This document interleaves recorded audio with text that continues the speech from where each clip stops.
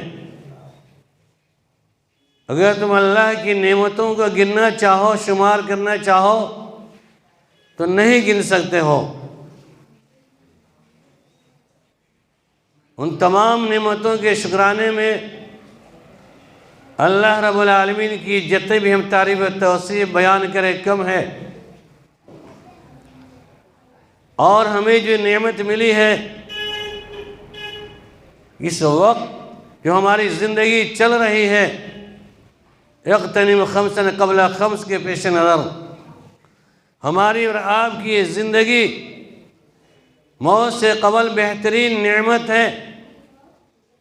اس فراغت والے حالات کو، وقت کو مشغولیت سے پہلے غنیمت تصور کیجئے۔ آج ہم سماج کے اندر لوگوں کے حالات کا جائزہ لیتے ہیں تو اس برائی کے اندر کم و بیش ہر شخص نظر آ رہا ہے۔ اور جدید دور کا جو فتنہ ہمارے سامنے ہے سبوں کے ساتھ منسلک ہے، خواہ وہ چھوٹا ہو، بڑا ہو، بوڑھا ہو، نوجوان ہو، مرد ہو یا عورت ہو، جہاں اللہ رب العالمین کی وحدانیت سے انکار، شرک سے محبت، بدعات سے محبت، اللہ رب العالمین کی عبادت سے کوس و دور، ہر شخص اس کے پیچھے پڑا ہوا ہے۔ ایک موبائل ہے جو اس زمانے کا سب سے بڑا فتنہ ہے، اور اس کے پیچھے ہم اپنی عاقبت برباد کر رہے ہیں، ہم اپنی زندگی کو برباد کر رہے ہیں، ہم اپنی اس ننھے منھے بچوں کی زندگی کو برباد کر رہے ہیں۔ یقیناً موبائل جہاں ہمارے لیے فتنہ کا باعث ہے، وہی ہمارے لیے ایک نعمت بھی ہے۔ سوال ہے کہ موبائل رحمت ہے یا زحمت ہے؟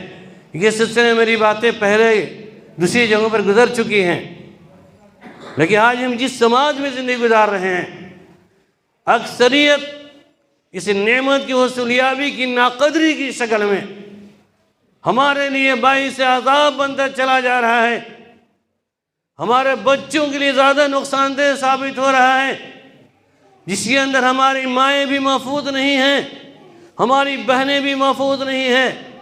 اس موبائل کے ذریعے سے ہزاروں گھر اجڑ گئے، اس موبائل کے ذریعے سے بے شمار اولاد اپنے والدین کی نافرمان بنتی ہوئی چلی جا رہی ہے۔ اسی موبائل نے کتنے ہماری بہنوں کی عزت و ناموس کو نیلام کیا ہوا ہے۔ اسی موبائل نے ہمارے ان خواتین کی زندگیوں کو برباد کر کے چھوڑا ہوا ہے۔ اس موبائل کے فتنے نے بیوی کو شوہر سے جدائی پر زیادہ لا کر کھڑا کر دیا ہے۔ آج اسی موبائل کے فتنے نے ہمارے چھوٹے چھوٹے بچوں کو برائی کے اندر ملوث ہونے پر مجبور کر دیا ہوا ہے۔ آج ہمارے نوجوان اس موبائل کے فتنے کے ذریعے سے زناکاری، بدکاری، شراب نوشی، ڈاکہ زنی درجے جتنی برائیاں ہو سکتی ہے جو سماج کو بگاڑنے کے لیے یہ موبائل بہت بڑا حربہ ہے، اور اس موبائل کے ذریعے ہم سارا کام کر رہے ہیں۔ افسوس کے ساتھ کہنا پڑتا ہے، یقینی نعمت میں بتاؤں گا اس کے استعمال کیسے کرنا جائز ہے، لیکن اکثریت اس کی برائیوں ملوث ہے۔ آج جہاں دیکھیے ہر گھر کے اندر چھوٹا بچہ ہے، پیدا ہونے کے بعد ہمارے گود میں ہوتا ہے، جب وہ بولنے اور سوچنے کہ جب بولنے کی صلاحیت پیدا ہو جاتی ہے، سمجھنے کی صلاحیت ہوتی ہے، 2 سال 2.5 سال کا بچہ، 2.5 سال کا بچہ ہے، 3-4 سال کا بچہ ہے، ماں کے گود کے اندر بچہ ہے، ہم موبائل چلاتے ہیں، گارجین اس کی ماں موبائل چلاتی ہے، باپ موبائل چلاتا ہے، جہاں جاتا ہے بچے جس گود میں جا رہا ہے اس کی نظر اس موبائل میں پڑتی ہے۔ آپ چھوٹے بچوں کو دیکھتے ہوں گے، وہ ضد کرتے ہیں موبائل کے لیے اور ہم اسے تھما دیتے ہیں، وہ اس سے کھیلتا نظر آتا ہے، اس کے ذہن میں بات بیٹھتی چلی آ رہی ہے، اس موبائل کے اندر وہ تصویروں کو دیکھ رہا ہے، اس موبائل کے ذریعے سے بہت سارے چیزوں گندی گندی چیزوں کو دیکھ رہا ہے۔ تربیت اسی موبائل کے ذریعے سے ہو رہی ہے۔ تربیت اولاد کے سلسلے میں آپ نے سنا ہوگا، سمجھا ہوگا، بچپنے کے ایام کے اندر 2-3 سال کے بعد کیا کرنا ہے، 7ویں دن میں کیا کرنا ہے، 10 سال کے بعد کرنا ہے، 7 سال، یہ سارے اسٹیج ہیں۔ تربیت اولاد کے سلسلے میں باتیں ہوں گی انشاءاللہ کبھی، لیکن ہم نے اپنے بچوں کو بچپنے سے لے کر کے جوانی سے قبل اس کے ذہن کو اتنا گندا کر دیا ہوا ہے کہ اس بچپنے کی عالم میں بھی اپنے ماں باپ کے سامنے ضد پڑتا ہے اور جو چاہتا ہے اپنے ماں باپ سے منوا لیتا ہے۔ ہم سے راستے ہموار کر رہے ہیں۔ ہمارے گھروں کے اندر ہماری بیٹیاں پڑھنے بھی جا رہی ہیں، اسکولوں کے اندر، کالجوں کے اندر، اور موبائل لے کر کے جاتی ہیں، راستے میں چیٹنگ کرتی ہیں، واٹس ایپ گروپ ہو، فیس بک گروپ ہو، یہ سارے ٹویٹر ہو، یہ سارے ہمارے چھوٹے بچے جو ابھی بلوغت کو نہیں پہنچے ہیں، 6-7 سال کی عمر بھی نہیں ہے، 10 سال کی عمر بھی نہیں ہوئی ہے، بالغ تو ہونا دور کی بات ہے، 10 سال کے پہلے ہماری یہی بچے جس کی تربیت ہمیں ہونی چاہیے کہ جھوٹ سے، غیبت سے، حسد سے، کینہ کبر سے ہم اپنے بچوں کی تربیت کرتے ہیں کہ میرے بیٹوں، میرے بچیوں، تم اس اپنی زبان کو گندی مت کیا کرو، جھوٹ باتیں مت بولا کرو، گالی مت دیا کرو، لیکن اس کی توفیق نہیں ہوتی ہے کیونکہ نہ تو ہمیں فرصت ہے نہ ہمارے بچوں کو فرصت ہے۔ اب پڑھائی کا معاملہ تو دور کا معاملہ ہے، پڑھنے سے زیادہ چیٹنگیں ہو رہی ہیں موبائل کے اندر، استغفراللہ۔ اسی موبائل کے ذریعے سے آپ قانون کے دائرے میں نہیں آ رہے ہیں، لڑکی اور لڑکیوں کو لے کے فرار ہو رہا ہے، استغفراللہ۔ زناکاری بدکاری کرنے کے مہیا آسان طریقہ میسر ہو گیا۔ پہلے سماج کے اندر کوئی لڑکا یا لڑکی جب بات کرتا ہے تو چھپ کر کے بڑی مشکل سے بات کر رہا تھا، لیکن اس موبائل نے اتنا آسان کر دیا، نمبر حاصل ہونے کے بعد آپ سے ملاقات ہوتی ہے، راستے ہموار ہوتے ہیں، گھر اور باہر سے پتہ بھی نہیں ہوتا ہماری بیٹی کہاں ہے، بیٹا کہاں ہے، معلوم ہے کہ دہلی اور بمبے پہنچ گیا اور وہاں جیسے اپنے عیاشی میں لگا ہوا ہے۔ ہم نے راستے کھولے، ہم نے ان تمام طریقوں کو کھول دیا۔ آپ کبھی اپنے گھر کے اندر تنبیہ نہیں کرتے، اپنے بچے پر نگاہیں ڈالا کریں، اور اس کے بعد موبائل ہے، اول موبائل دینا بند کیجئے۔ موبائل دیتے ہیں تو بات کرنے کے علاوہ کہیں چیٹنگ ہے، واٹس ایپ گروپ ہے، کہیں دیکھیے، موبائل چیک کیا کیجئے، اپنے بچوں پر دھیان دیجئے، خاص میں بچوں پر دھیان دیجئے، اور اس پر کڑی نگاہ رکھنے کی ضرورت ہے، ورنہ جہاں آپ کی بدنامی ہوتی ہے، ہمارے گارجین کی بدنامی ہو رہی ہے، وہیں ہمارے سماج کی بدنامی ہو رہی ہے۔ لڑکا لڑکی فرار ہو رہا ہے تو سماج کے بدنامی ہوتی ہے کہ فلاں گاؤں کے لڑکا، فلاں گاؤں کی لڑکی اس طرح کر گیا، وہاں شادی بیاہ مت کرو۔ بہرحال ہم تربیت اولاد کی فکر نہیں کریں گے، ہم نے براہ روی کی زندگی گزارنے مجبور کر دیا۔ یقین اللہ کلکم راعٍ و کلکم مسئول عن رعیتہ، سوال ہوگا آپ سے، آپ کے بچوں کے بارے میں سوال ہوگا، جہاں آپ کی پوری زندگی میں سوال ہوگا کہ تم نے فلاں ٹائم سے لے کر کے، بلوغت سے لے کر کے بڑھاپے تک یا موت کے قبل تم اپنی پوری زندگی کا حساب دو۔ وہیں آپ کے چھوٹے موٹے بچے جو بگڑ رہے ہیں، ان کے بگاڑ کے اسباب جو آپ فراہم کیے ہیں یہ موبائل ہے، اسی وجہ سے بچے بگڑ رہے ہیں۔ خدا نہ خواستہ غلط طریقے اختیار کر لیے تو سب کا سوال جواب آپ سے ہوگا بحیثیت گارجین ہونے کے۔ اس لیے بہت اہم اور گمبھیر مسئلہ ہے، بہت گمبھیر مسئلہ ہے۔ اس موبائل کے ذریعے سے اگر ہم نے اپنے بچوں پر نگاہ نہیں رکھی، اپنے بیوی پر نگاہ نہیں رکھی، اپنے فیملی کے افراد پر نگاہ نہیں رکھے، تو یقین سارے کے گناہوں کا ذمہ دار ہم بحیثیت گارجین ہوں گے اس حدیث کی روشنی میں۔ پھر پلس وہ گناہ کرے، زناکاری برکاری کرے تو اس کی سزا تو ہے، سارے کے وبال ہم پر پڑے گا۔ لہذا ہم گارجین کی ذمہ داری ہے کہ ہم خود اس سے بچیں۔ کہاں تک بچیں گے؟ بوڑھے ہیں، ان کی نگاہیں ہر جگہ، خواہ وہ محفل میں ہوں، خواہ وہ مسجد میں ہوں، خواہ وہ مدرسے میں ہوں، خواہ وہ اسکول میں ہوں، خواہ وہ وعظ و نصیحت کی محفل میں ہوں، جہاں بھی ہوں، ان کے اوپر موبائل کا فتنہ اتنا اثر کرتا ہے کہ نماز کی حالت میں بھی اس کمبخت موبائل نے ہمارے دلوں کے اندر سے خشوع و خضوع کو ختم کر دیا ہوا ہے۔ ہم نماز میں ہوتے ہیں، موبائل سوئچ نہیں کیے، نماز کے اندر گھنٹی بجتی ہے، سجدے کی حالت میں رب العالمین سے مناجات کرتے ہوئے رہتے ہیں، اللہ کی تسبیح و تحمید میں لگے رہتے ہیں، قیام کی حالت میں سورہ فاتحہ پڑھتے ہیں، اہدنا الصراط المستقیم کی آواز ہم زبان سے نکالتے ہیں، لیکن جب موبائل کی گھنٹی بجتی ہے بے چینی سی پیدا ہو جاتی ہے کہ پتہ نہیں کسے کال آ گیا، کون سی باتیں ہیں، بے چینی ہمارے دلوں میں اڑ جاتی ہے اور خشوع خود نکل جاتا ہے۔ اور یہ ہم کوشش کرتے ہیں کہ امام صاحب کتنا جلدی ہو، جتنا جلد ہو سکے امام صاحب نماز ختم کیجئے تاکہ ہماری نگاہ پڑے بھی تو اس موبائل پر یہ کسے کال آیا، استغفر اللہ۔ یہ خشوع خضوع کا جنازہ نکال کے رکھا ہوا ان موبائل نے، جس حالت میں رہی ہے۔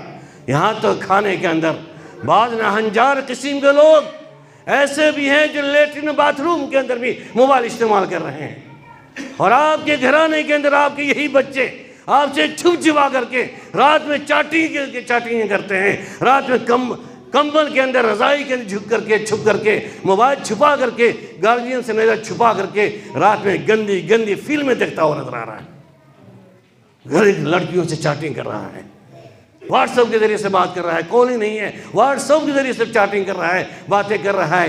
یقین جانیے کم و بیش سارے ملوث ہیں۔ خاص ان نوجوانوں سے میں کہنا چاہتا ہوں، نوجوانوں تم اگر اس سماج کے اندر رہنے والے انسان سے چھپ کر گناہ کر سکتے ہو، تم اپنے گھر میں اپنے والدین سے نظر چھپا کر کے اس موبائل کے ذریعے سے تم سارے گناہ کے راستے ہموار کر سکتے ہو، اور تمہارا تصور ہے، یقین ہے کہ مجھے کوئی نہیں دیکھ رہا ہے، ہمارے والدین نہیں دیکھ رہے ہیں، ہمارے بھائی نہیں دیکھ رہے ہیں، یقین جان لو تم ماں باپ سے نظر چھپا کر کے تم چاٹنگ کر سکتے ہو، لیکن رب العالمین سے کے نزدیک تم نظر نہیں چھپا سکتے ہو۔ ان علیم بذات الصدور ہے، تمہارے دلوں کے بھیدوں کو جاننے والا ہے، رب العالمین تمہاری ساری حرکتوں کو دیکھ رہا ہے، پلس کرامن کاتبین کو رب العالمین متعین کر دیا ہے، تمہارے ہر اچھی بری چیزوں کو لکھ رہا ہے کرامن کاتبین، اور قیامت کے نام اعمال کھلے گا، وہاں پر تم محاسبہ ہوگا۔ تم رات کی تنہائی کے اندر خاص زنا کاری بدکاری کے صدور کر لینا، لیکن اللہ کی پکڑ سے بچ نہیں سکتے ہو۔ ان بطش ربک لشدید، تیرے رب کی، تیرے پروردگار کی پکڑ البتہ بہت زیادہ سخت ہے۔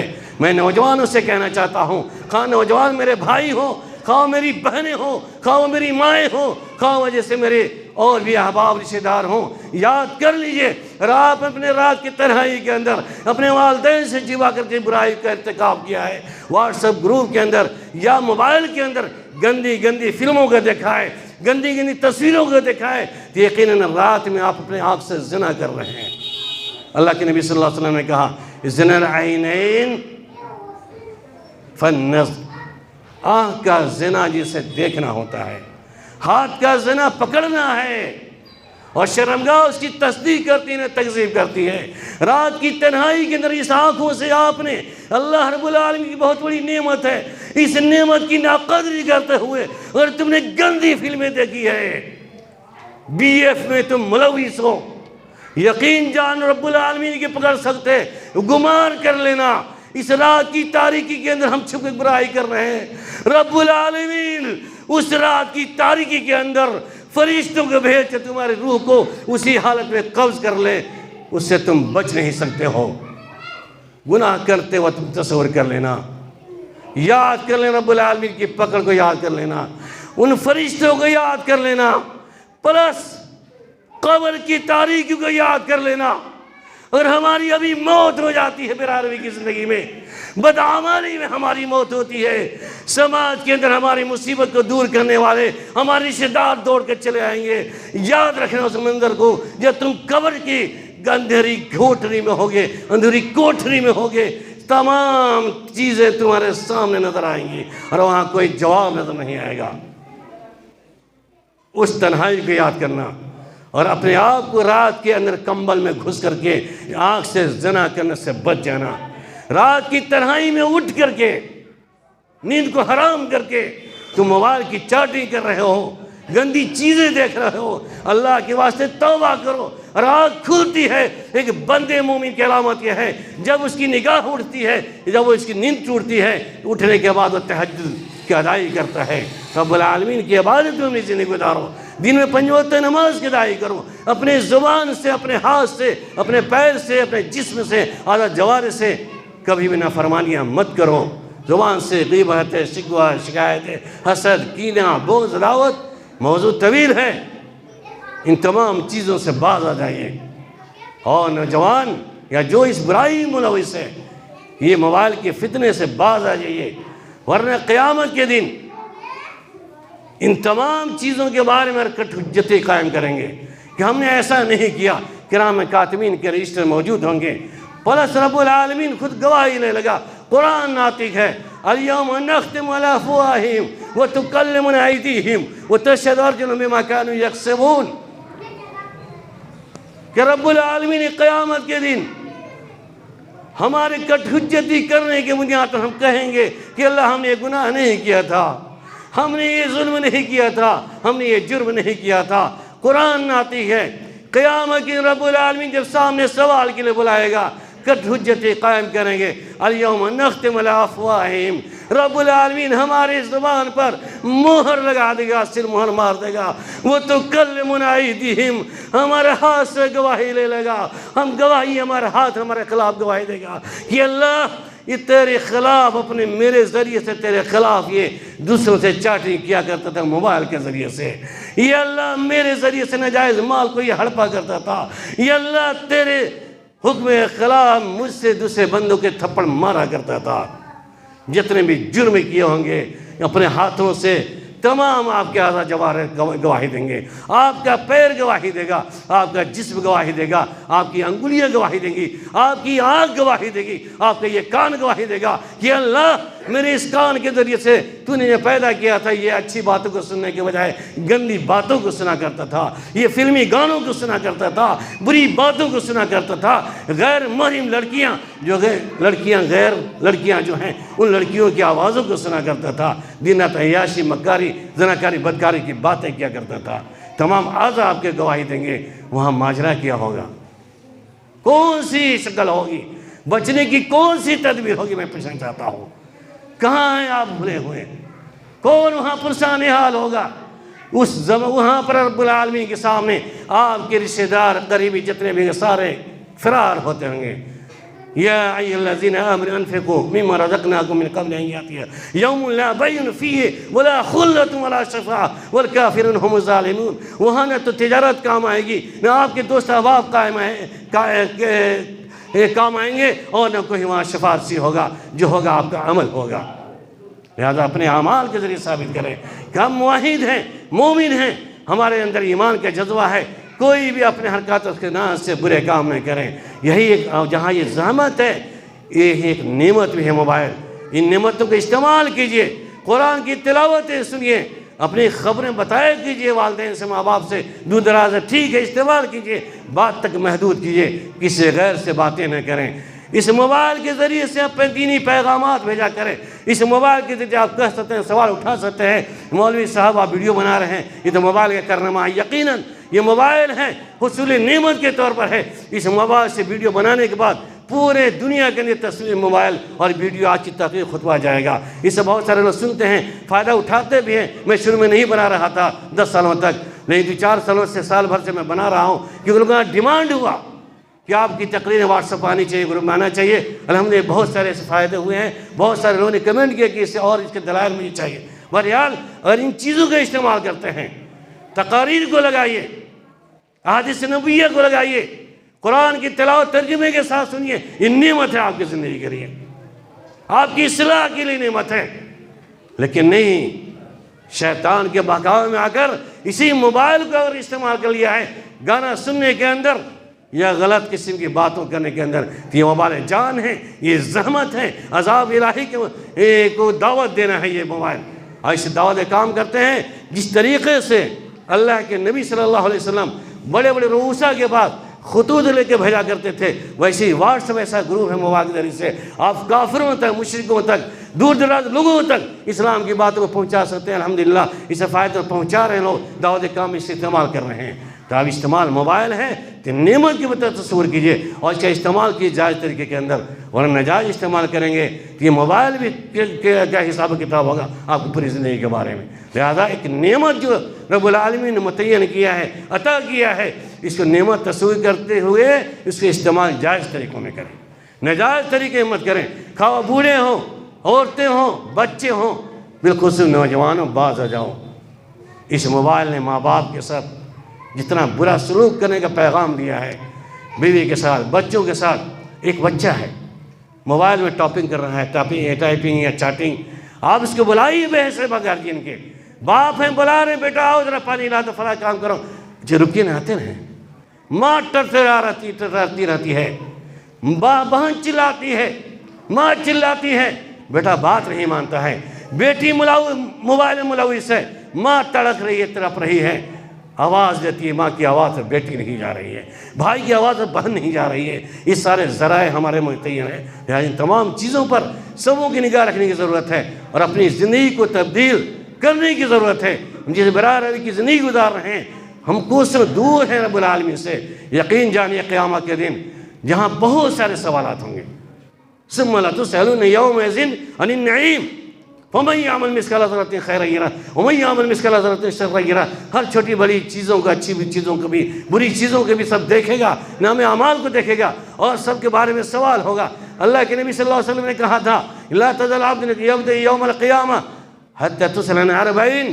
قیامت کے دن انسان کا پیر ٹس سے مت نہیں ہوگا جب تک کہ وہ 4 سوالوں کا جواب نہیں دے دے۔ ان عمری فیما افنا، اپنے عمر کو کیسے ضائع کیا؟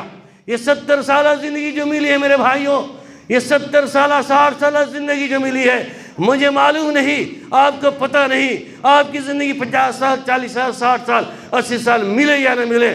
جو وقت غنیمت ہے، یہ عمر جو آپ کی ملی ہے، اس عمر کے بارے میں فنا ہونے سے پہلے سوال ہوگا کہ میں نے تمہیں 70 سالہ زندگی دی تھی، بلوغت سے بعد بتاؤ تم نے اس زندگی کو میری عبادت میں گزاری تھی یا تم نے شیطان کی پرستش میں گزارا تھا؟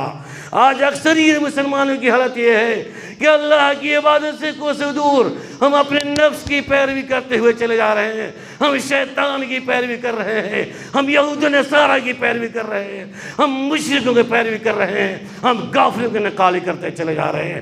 بہت ساری مثالیں ہیں۔ لہذا مسلمانوں، ایمان کی دولت سے اللہ نے نوازا ہے، اپنے آپ کو موحد بن کر بندر دکھاؤ، موحد بندہ بن کر دکھا دو، رب العالمین کے سامنے سجدہ ریز ہو جاؤ، رب العالمین کے سامنے اپنے گناہوں کی معافی مانگو۔ وہ کہو کہ بارے اللہ 60 سالہ زندگی کے اندر میں نے بہت گناہ کیے ہیں، ابھی چند روز جو باقی ہے ابھی بھی زندگی کے اندر پلٹ دے، میری زندگی، میرے قلب کو پلٹ دے، میری زندگی کو پلٹ دے اور مجھے عبادت کی توفیق عنایت فرما دے۔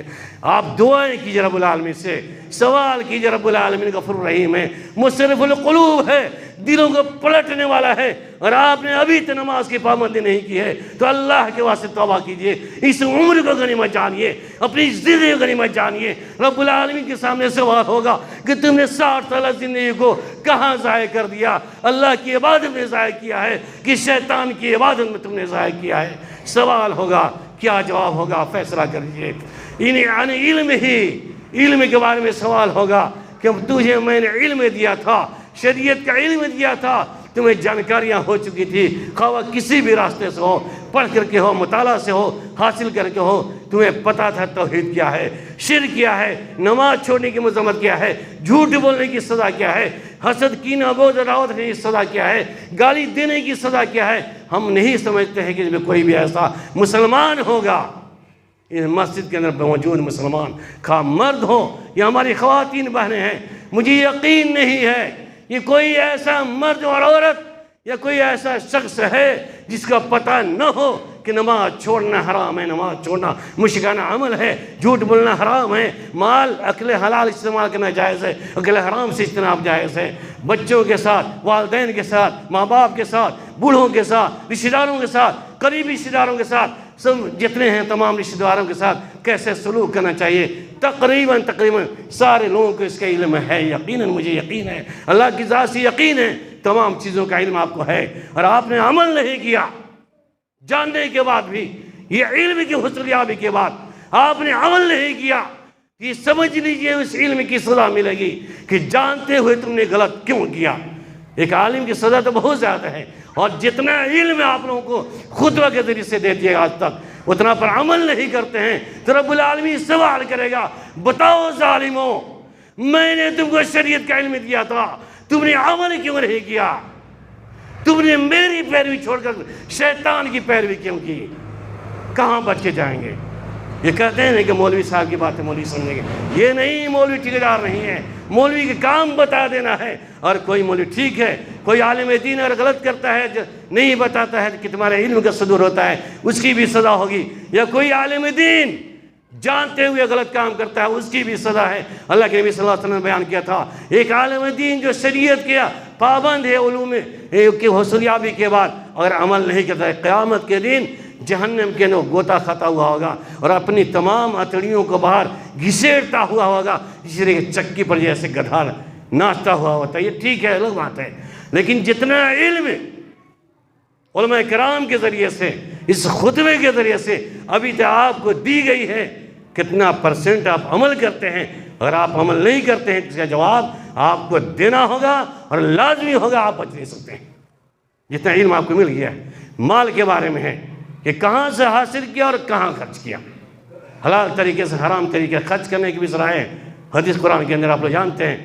اس مال کے بارے میں، جوانی کے علم کے عمر کے بارے میں، اور علم کے بارے میں، اور اپنے جسم کے بارے میں، ان جسموں کا انگلی، کان، ناک، ہاتھ، پیر، یہ جتنے بھی اعضاء جوارے ہیں، ان کے بارے میں سوال ہو کہاں پر کیسے استعمال کیا تم نے، کہاں استعمال کیا، کہاں پہ کھپایا۔ ان 4 سوالوں کا جواب دینے کے لیے آپ تیار ہو جائیے۔ بہت سارے سوالات ہوں گے، بہت سارے سوالات ہوں گے، لیکن تمام سوالوں کے بیچ خصوصی جو ساری چیزیں داخل ہیں، عمر کے اندر ساری چیزیں داخل ہو جاتی ہیں، علم کے بعد ساری چیزیں جانکاری کے بعد داخل ہو جاتی ہیں، جسے مال کے بارے میں حلال حرام، یہ سارے چیزوں کے بعد یہ بہترین اور جامع حدیث ہے۔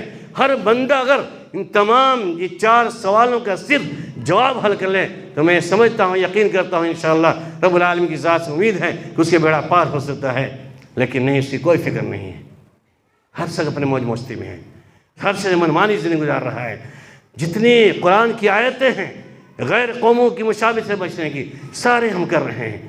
جہاں وہ شرک کی مذمتیں ہیں، سارے ہم کر رہے ہیں۔ جہاں بدعات کی مذمتیں ہیں، وہ ہم سارے کر رہے ہیں، اور تو اس کے بعد بھی کہتے ہیں فخر سے ہم مسلمان ہیں۔ وقت کی قلت ہے، انشاءاللہ کبھی طویل بات ہو تو میں ڈیٹیل بتاؤں گا کس کس میدان میں آپ یہود نصارہ کی موافقت کر رہے ہیں، کسی میدان میں آپ کافروں کی مشابہت کر رہے ہیں، کس میدان میں کہاں پر آپ سے بدعت ہو رہا ہے۔ علیدیس ہونے کے باوجود بدعت کر رہا ہے، علیدیس ہونے کے باوجود شرکیانہ امور کا صدور ہو رہا ہے۔ آج کل مشرک وہی نہیں ہے مزار پر حاضری دینے والا جو ہم سمجھتے ہیں کہ بس وہی مشرک ہے، بلکہ ہمارے اندر بھی شرکی اعمال پائے جا رہے ہیں، ہمارے اندر بھی بدعتانہ امور ہیں، ہمارے اندر بھی یہود نصارہ کی نقالی ہے، مشرکوں کی نقالی ہو رہی ہے، لیکن ہمیں تمیز نہیں ہے۔ یقیناً تصور کیے اپنی زندگی کے بارے میں، محاسبہ کیجئے۔ بہت سارے خطبے، بہت ساری واعظیں ہم نے سنی ہیں۔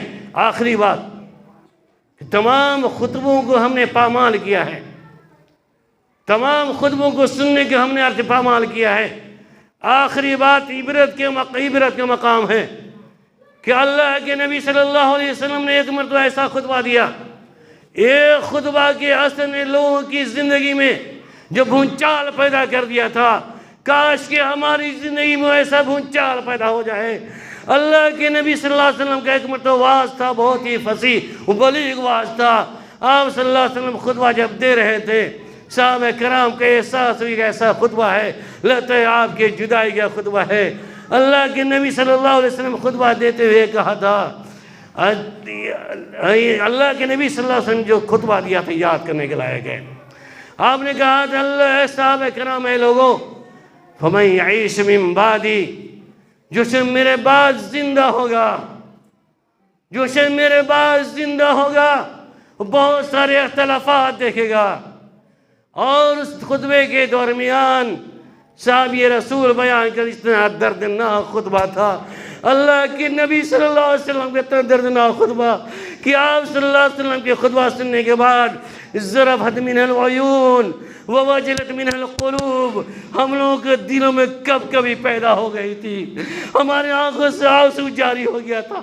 یہ خطبہ نے تاثر کیا، صحابہ کرام رونا شروع کر دیتے ہیں، صحابہ کرام کے دلوں میں کب کبھی پیدا ہو گئی تھی۔ آج ہم لاکھ خطبہ سنتے ہیں، ہمارے دلوں میں احساس نہیں ہو رہا ہے، آنکھ سے آنسو گرنا تو دور کی بات ہے۔ صحابہ کرام کی ایمان کی روشنی کا مطالعہ کیجئے، ان خطبہ کے بعد تمام صحابہ کرام نے کہا کہ ہمارے وجلت منہ القلوب، ہمارے دل کانپنے لگے تھے، وہ ذرفت منہ العیون، آنکھوں سے آنسو جاری ہو گیا تھا۔ وہ خطبے کی طرف دھیان دینا، اللہ کے نبی نے کہا تھا فَمَن يَعِشْ مِن بَعْدِي، جو سے میرے بعد زندہ ہوگا فَسَيَرَى اخْتِلَافًا كَثِيرًا، بے شمار اختلاف دیکھے گا، سماج کے طرح طرح کے اختلافات کو دیکھے گا۔ آج ہم سماج میں نظر ڈالتے ہیں، مسئلے کے اختلاف ہے، باپ بیٹے میں اختلاف ہے، ماں بہن میں اختلاف ہے، بھائی بھائی میں اختلاف ہے۔ اختلافات کی کوئی تحدید نہیں ہے، ہر جگہ ہر موڑ پہ اختلاف کے ہم دلدارہ ہو چکے ہیں۔ نبی صلی اللہ علیہ وسلم کی حدیث سامنے رکھیے، اپنے دلوں میں احساس پیدا کیجئے، اور ایمان ہے آپ کے اندر، آپ کے آنکھ سے آنسو گرنا چاہیے، دل کے اندر کب کبھی پیدا ہونی چاہیے۔ اس اختلافات کو دور کرنے کی ضرورت ہے، خواہ کوئی بھی اختلاف ہو۔ کہا کہ اگر تم اس اختلافات کے دور میں لو کان عبدا حبشیا، تمہارا غلام، تمہارا کوئی امیر حبشی غلام کالا کلوٹا ہی کیوں نہ ہو، تم اس امیر کے اطاعت کرنا، تم اس امیر کی بات مان لینا، اس کے حکام پر عمل کر لینا۔ آج کہاں ہے وہ امیر، کہاں ہے وہ رہبر، کہاں ہے اس صفت میں متصف ہونے والا انسان جس کے دلوں میں اللہ کے خوف سے اس کا دل لرزنے لگے، اس کی آنکھ سے آنسو جاری ہو جائے۔ میں سماج میں جاتا ہوں، دیکھتا ہوں، سنتا ہوں، سناتا ہوں، لیکن کوئی اثر نہیں ہو رہا۔ لگتا ہے کہ طرح ہم مردہ ہو چکے ہیں، ہمارا دل مردہ ہو چکا ہے کہ ختم اللہ علی قلوبہم وعلی سمعہم وعلی ابصارہم غشاوۃ ولہم عذاب عظیم۔ ہمارے دلوں میں مردہ اللہ رب العالمین مہر ڈال دیا ہے۔ اس مہر کا اثر ہے کہ ہمارے دل پر کوئی اثر نہیں کر رہا ہے، ہماری آنکھوں میں پردہ پڑا ہوا ہے، ہمارے کانوں میں پردہ پڑا ہوا ہے۔ حق بات سننے سے گریز کرتے ہیں، حق بات دیکھنے سے گریز کرتے ہیں، اور جگہ دینے سے ہم گریز کرتے ہیں۔ کاش یہ خطبہ جو صحابہ کرام کے دل پر اثر چھوڑا تھا، کاش کہ یہی خطبہ، یہی آخری بات آپ کے دل کو چھو لے۔ اور یقین جب دل کو چھو لے گی تو مجھے امید ہے کوئی بندہ بے نمازی نہیں رہے گا انشاءاللہ۔ کسی بندے سے نماز کبھی ترک نہیں ہوگی، افسوس کے ساتھ کہنا پڑتا ہے۔ یہی ہمارے سماج کے مسجد میں بیٹھنے والے افراد بہت سارے ایسے ہوں گے، مغرب بعد عشاء بعد تک ٹھنڈی رات میں پانی پٹاتے ہوئے ٹائم پاس کر دیتے ہیں، گھر میں بیٹھے ہوئے ٹائم پاس کرتے ہیں، لیکن حی علی الصلاۃ کی آواز پر مسجد میں نہیں آ رہے۔ ٹھنڈی لگتی ہے، کھیت میں ٹھنڈی نہیں لگتی، یہ مسجد میں آنے کی لگتے باتیں بہت ساری ہیں۔ ایک آرزو تمنا ہی تھی، انشاءاللہ وہ آرزو تمنا ہم نکالیں گے۔ آپ لوگتا ہوں سے رات میں کوئی پروگرام ہوگا تو اس میں ساری باتیں رکھیں، کہاں کہاں ہم کہاں پہ مخالفت کر رہے ہیں۔ کہنے کا مطلب یہ ہے کہ اپنی زندگی میں تبدیلی لائیے۔ نماز نہیں پڑھتا، اللہ کے واسطے نماز کی ابتدا کیجیے، نماز اٹھا لیے، اقام الصلاۃ، اقیم الصلاۃ ولا تکونوا من المشرکین، نماز قائم کرو، مشرکوں میں مت جاؤ، اللہ کی عبادت میں اپنی زندگی گزاریے، معاملات زندگی کو سدھاریے، اخلاق و ویوہار کو سدھاریے، زبان، ہاتھ، پیر، جتنے بھی اعضاء ہیں تمام اعضاء سے ثابت کیجئے کہ المسلمان سلم المسلمین من لسانہ ویدہ، حدیث کے پیش نظر زبان سے، ہاتھ سے دوسرے مسلمان کی محافظت کیجئے، اپنے ایمان کا سودا مت کیجئے۔